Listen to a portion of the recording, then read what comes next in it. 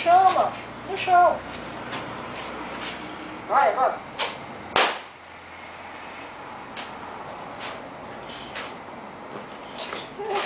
Essa daí ele não conseguiu furar, não.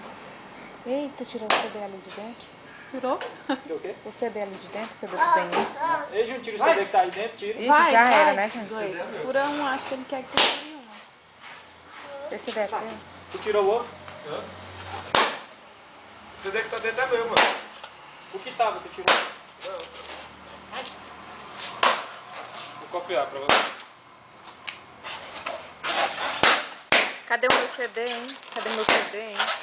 Do Benício. Tudo bem isso. É, aquele do barrigão chupetinho. Cadê ele?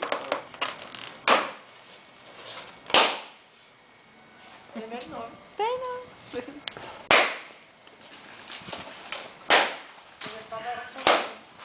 Quem põe medo em criança é gente. Se for natural. É melhor estourar tudo agora do que de madrugada do que estourar de uma vez, né?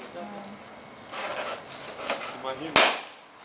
Susto, cara, de madrugada, 3 horas da manhã, bicho. Pum!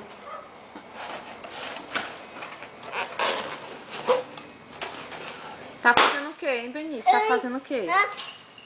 Ui, tá fazendo o quê? É? Eita! Acabou. Acabou. Tudinho foi? Pronto, agora dá o laço, titia. Acabou. Tudinho, estourou. Mas... Vamos ler então já. Bora. Por outro aqui. Passa ali.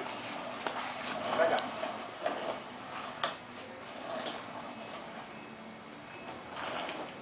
Vai levar pra onde isso aí?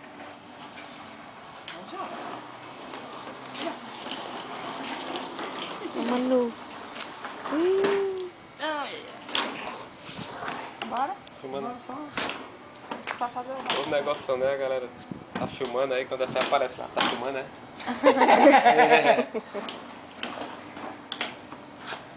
Vai machucar com as pernas.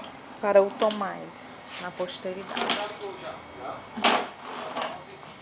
Porque às vezes é o Tomás que tá fazendo isso aí.